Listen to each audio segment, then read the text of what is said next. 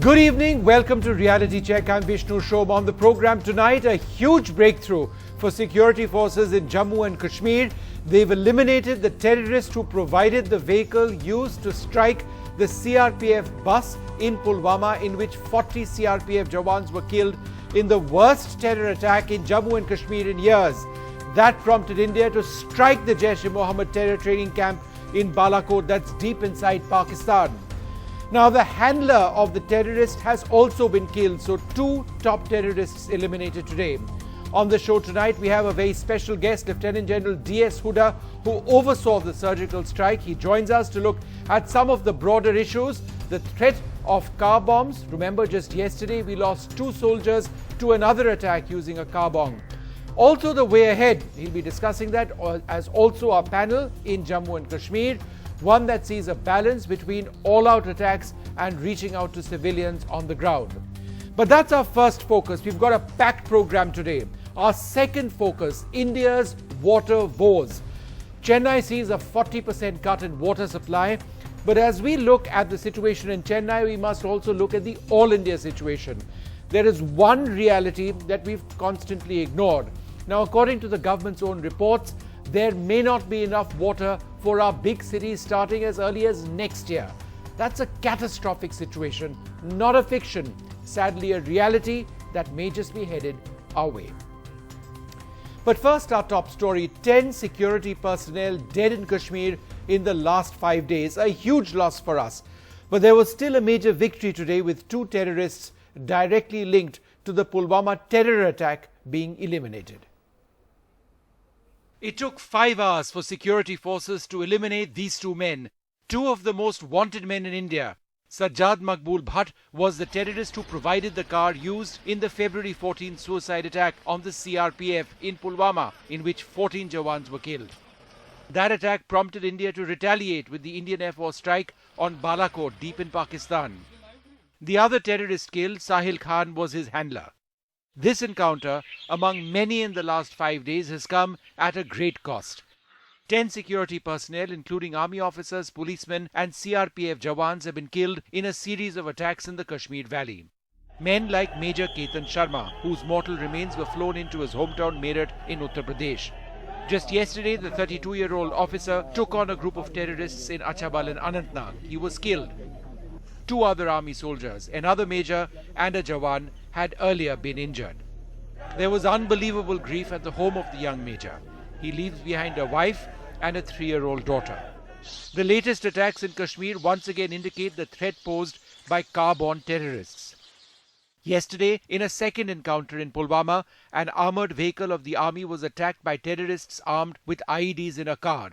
Fortunately, most of the army soldiers survived, but 2 Jawans, including the driver, did not make it. The spike in the attacks began on Friday after a CRPF column was targeted in Anantnag. 5 CRPF personnel and a Jammu and Kashmir police inspector were killed. The attack, carried out on the eve of the SCO summit in Bishkek, was the biggest terror strike on the CRPF since the Pulwama attack. Last week, Pakistan, in a rare gesture, tipped off India about a possible car bomb attack in Pulwama. More than 100 militants have been killed over the last 5 months in Kashmir, but despite a major offensive launched by the security forces, the spike in militant attacks. In last 5 days, 10 security force personnel have been killed and more than 20 have been injured.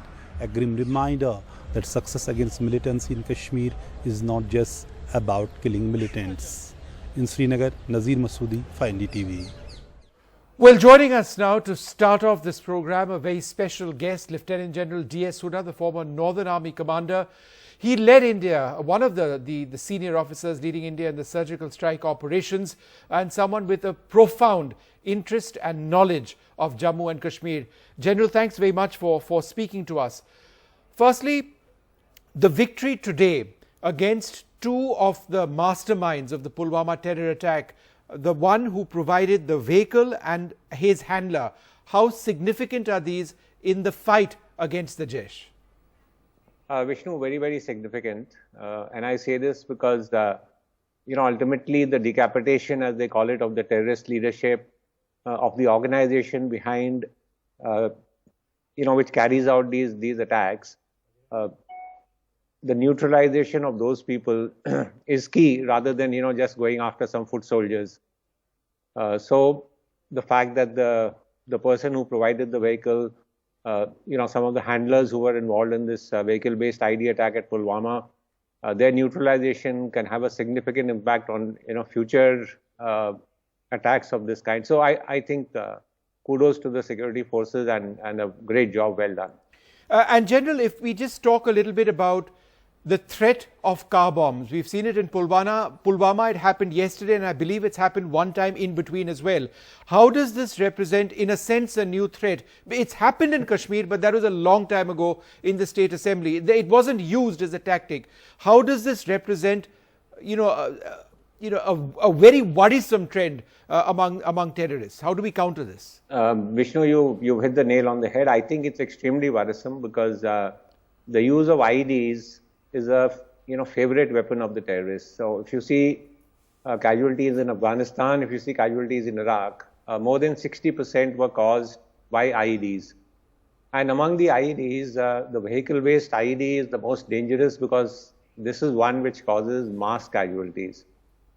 So I think we need to take this very seriously. As you brought out, it has happened a few instances in the past, but say in the last 1 decade or so, we haven't seen extensive use of IEDs. And now, in quick succession, we've seen 3 attacks.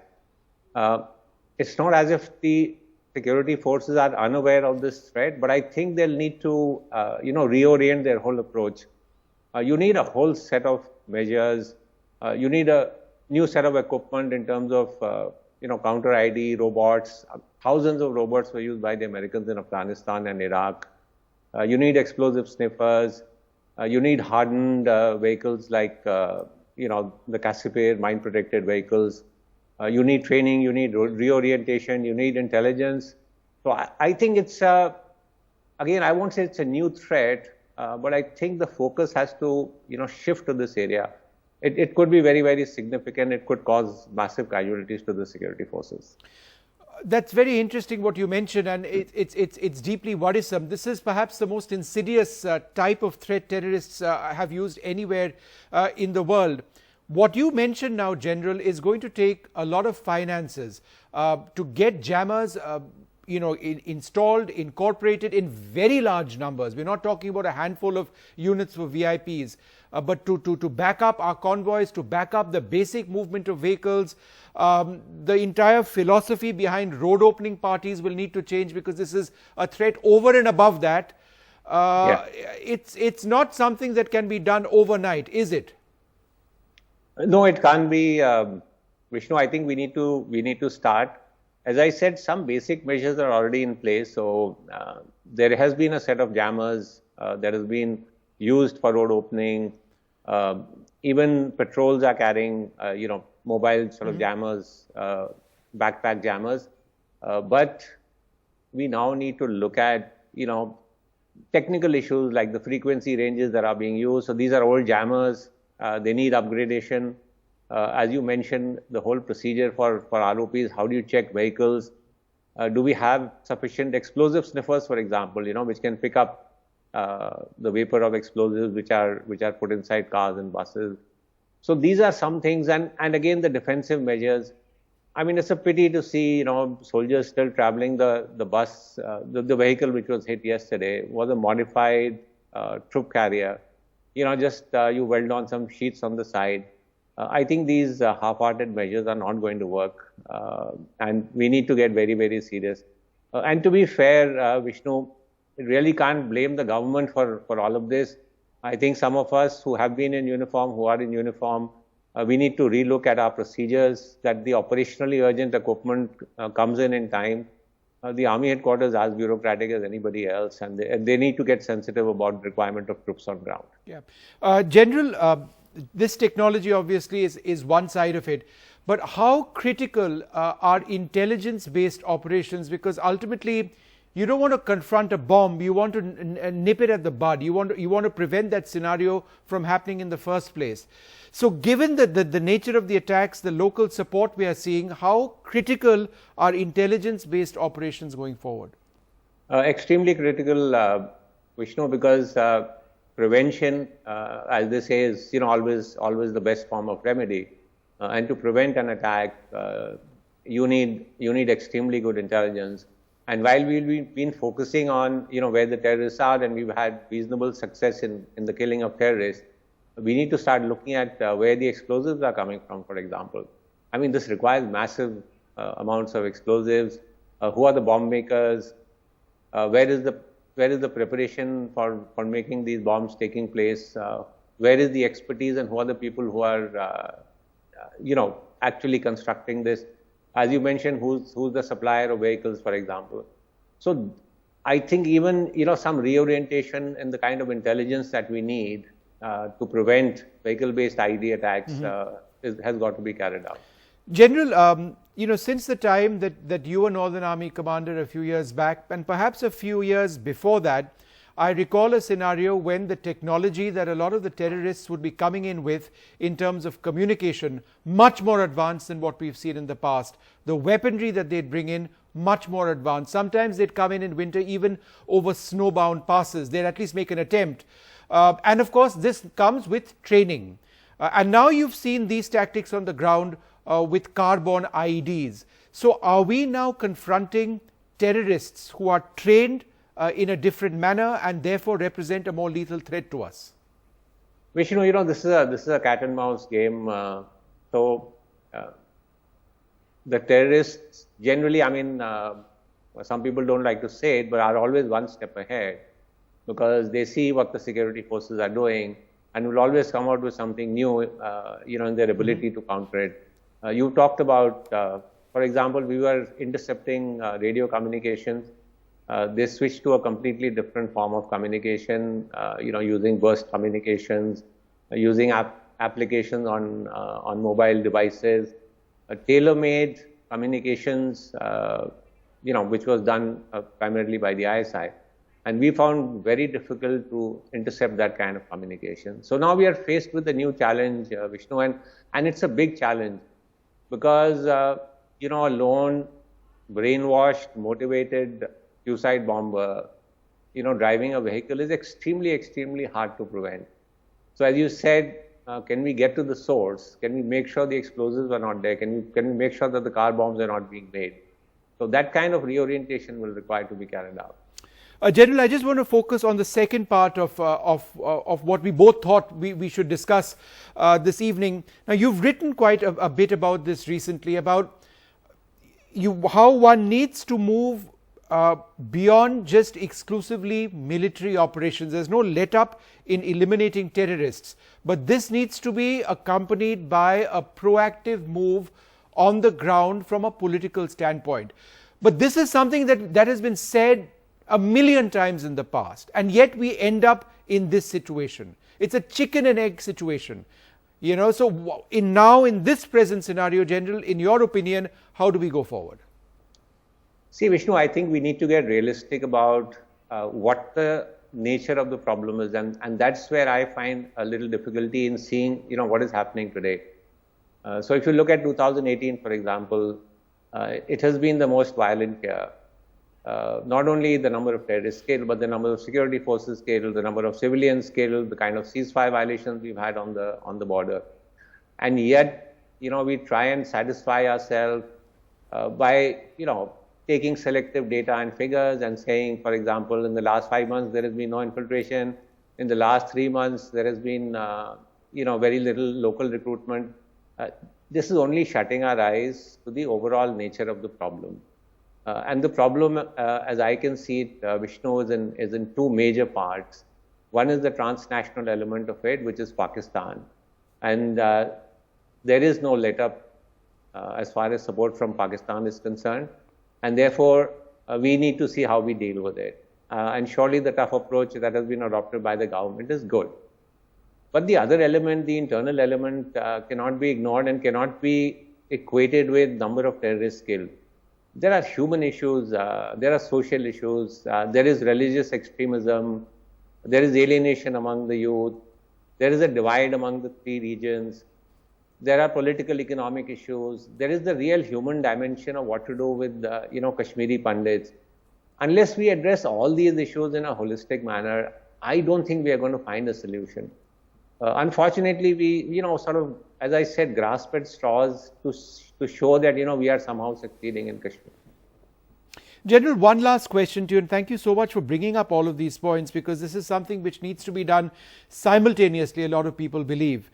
And then there are those who believe that no, one has to stop the terrorists first. But, it's in something as complicated as Kashmir, a my way or the highway kind of approach perhaps will never work. My final question to you, and I think this is closest to your own heart, the young Indian Jawan, the young Indian officer. We've seen these very sad images of this young major who was killed yesterday, Major Ketan Sharma. His mortal remains returned to his home in Meerut, survived by a wife and a 3-year-old child and a mother. They are all inconsolable. This happens so often, sir. We've lost 10 men, CRPF and police included, in the last 5 days. Just tell us a little bit about these men who go in for this fight on a daily basis. What drives them? Tell us about the youngster deployed in the valley. Vishnu, this is every death of a security force personnel is a huge tragedy, and it's even more tragic for the families, because for them it's a lifelong loss. But let me also say we have some of the most highly motivated soldiers in the world. They're willing to stand up for what they believe in, and in some ways, once you put on a uniform, Vishnu, it is something that you mentally get to accept. I remember it was on your show about 2.5 years back that I talked about the concept of unlimited liability. That soldiers go in with that feeling that we are willing to lay down our lives. But having said that, Vishnu, I think the government also has a responsibility in 2 areas. And the first is, please equip them with what they need. These ad hoc measures are just not good enough. And the second thing is that the army, the security forces are there for a purpose, and the purpose is conflict resolution. And therefore, the government also must step up its effort to make sure that they're moving in that direction. And that, loss of lives is tragic, but at the end of the day, there must be some purpose behind what we are doing. Yeah. Well, General Hooda, it's always a pleasure speaking to you and trying to understand your thoughts, which really reflect, in a sense, the security situation and the complex equation that security situation has with the political scenario that it's being played out in. General, thank you very much for speaking to us. Thank you. So what really is the road ahead? That's the key question. Joining us now, Deshrata Nigam in the studio with us, the security expert Sushant Sareen as well. Also Agha Rahullah, the chief spokesperson of the National Conference. Sushant, let me come to you first. The importance of intelligence going forward. We've always had intelligence-based operations, at least for the last decade plus, in a very concerted way. But how is it more imperative now that there is so much local support to militancy and terrorism?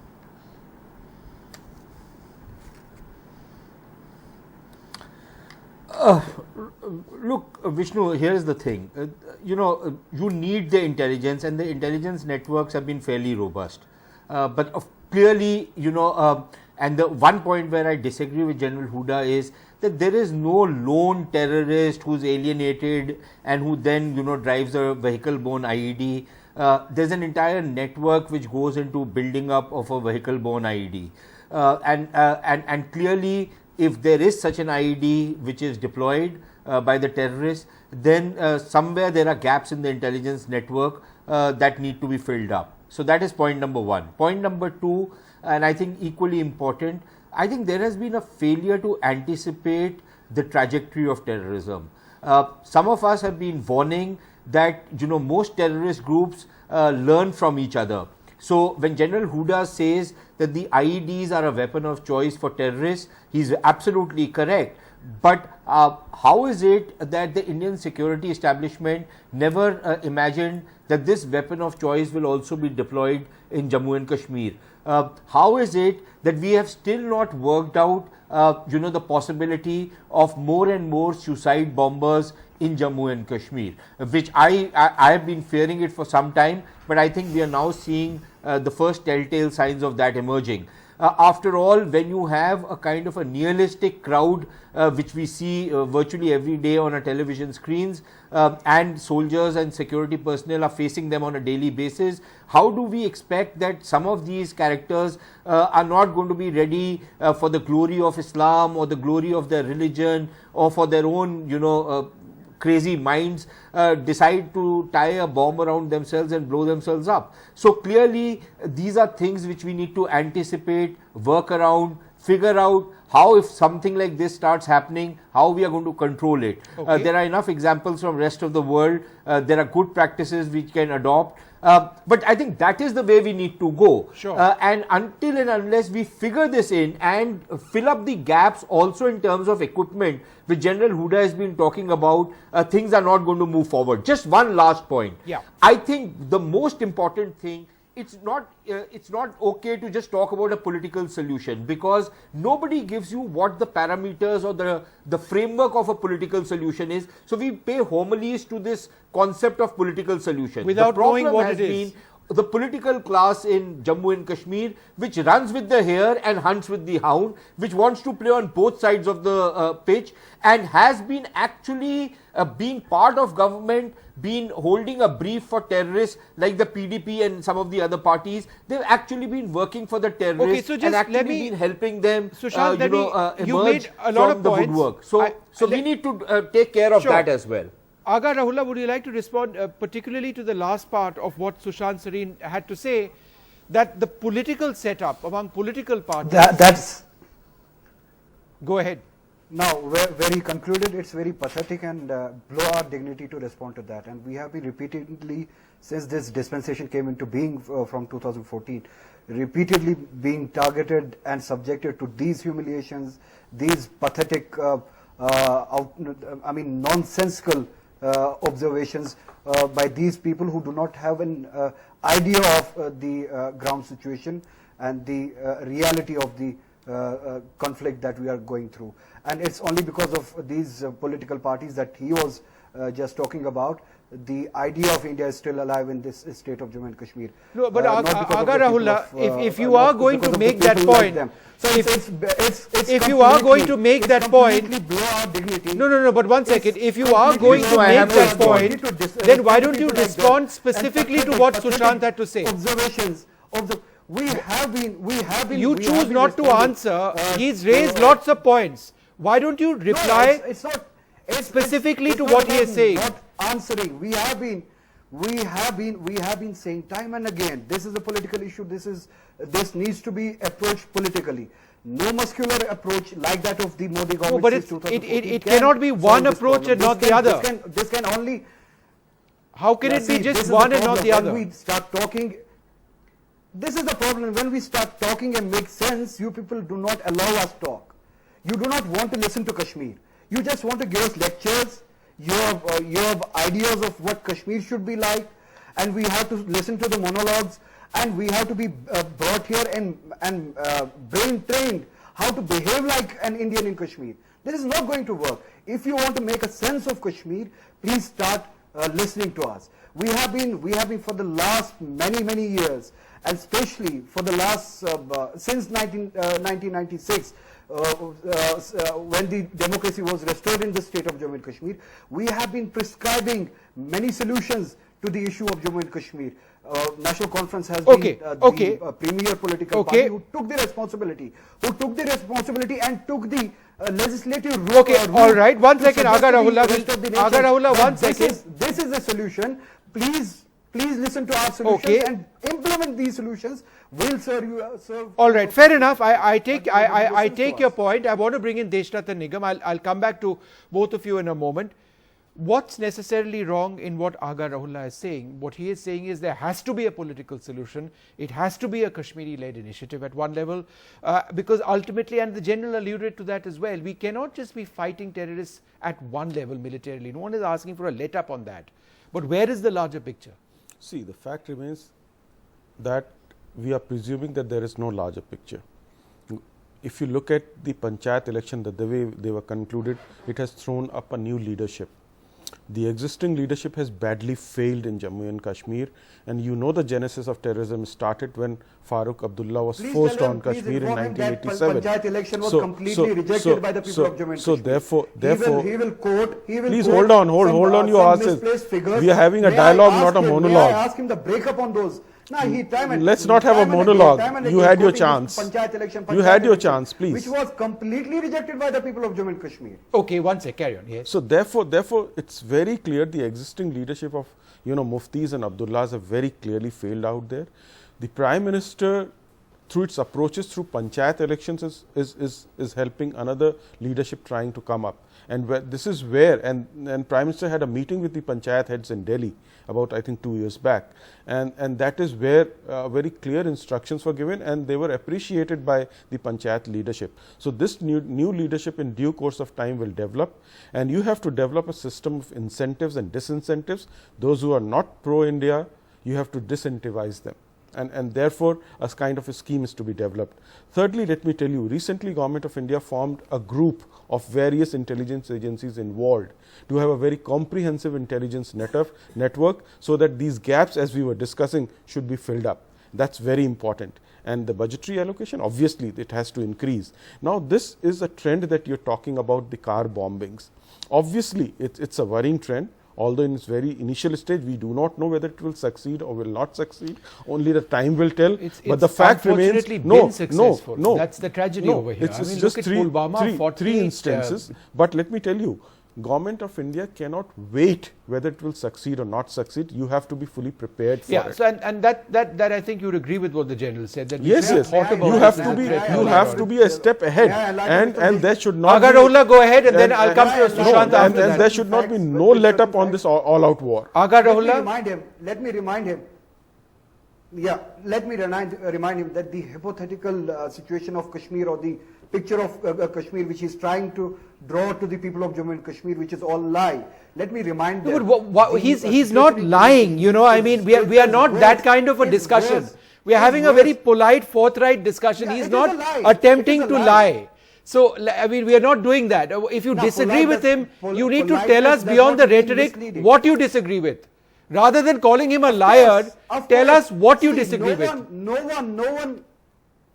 No one asks them, no one asks people like him and the government like that of Modi, that it's for the first time since 1990s, you had the casualties of security personnel in numbers like that in Pulwama, and it still continues to be. Yes. The attacks like that in Pulwama still continue to be. And it's a complete failure. We didn't see this kind of situation. No, but the reverse of that is that 100 plus terrorists have been eliminated this year alone.